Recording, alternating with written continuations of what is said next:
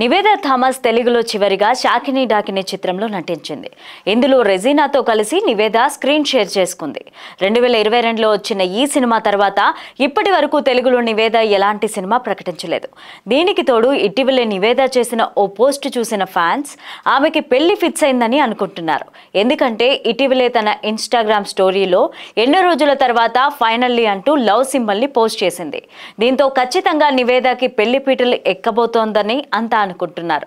అయితే పెళ్లి వార్తకి చెక్ పెడుతూ తాజాగా తెలుగులో తన కొత్త సినిమాను ప్రకటించింది నివేదా. చాలా రోజుల నుంచి వేచి చూస్తున్నాను, ఇది నాకు స్పెషల్ సినిమా అంటూ కొత్త చిత్రాన్ని నివేదా ప్రకటించింది. 35 ఇది చిన్న కథ కాదు అనే ఇంట్రెస్టింగ్ టైటిల్తో నివేదా సినిమా చేస్తుంది. ఈ సినిమా పోస్టర్ను రానా ఎక్స్లో లాంచ్ చేశారు. తిరుపతి నేపథ్యంలో సాగే అందమైన కథ ఇది. అందరి హృదయాలను హత్తుకుంటుందంటూ రానా చెప్పారు. ఆగస్టు 15న ఈ సినిమా రిలీజ్ కాబోతుంది. ఇక ఈ చిత్రాన్ని రానానే నిర్మించడం విశేషం.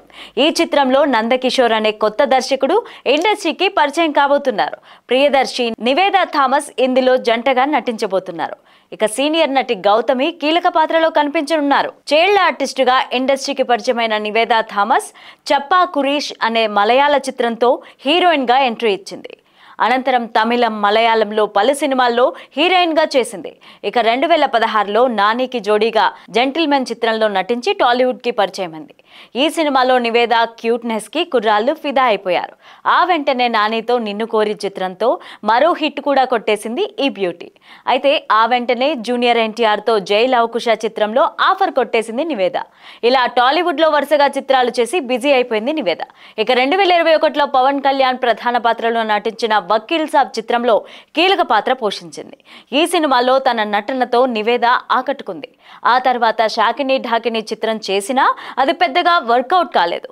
దీంతో ఇప్పుడు 2 ఏళ్లు గ్యాప్ తీసుకొని కొత్త చిత్రాన్ని ప్రకటించింది.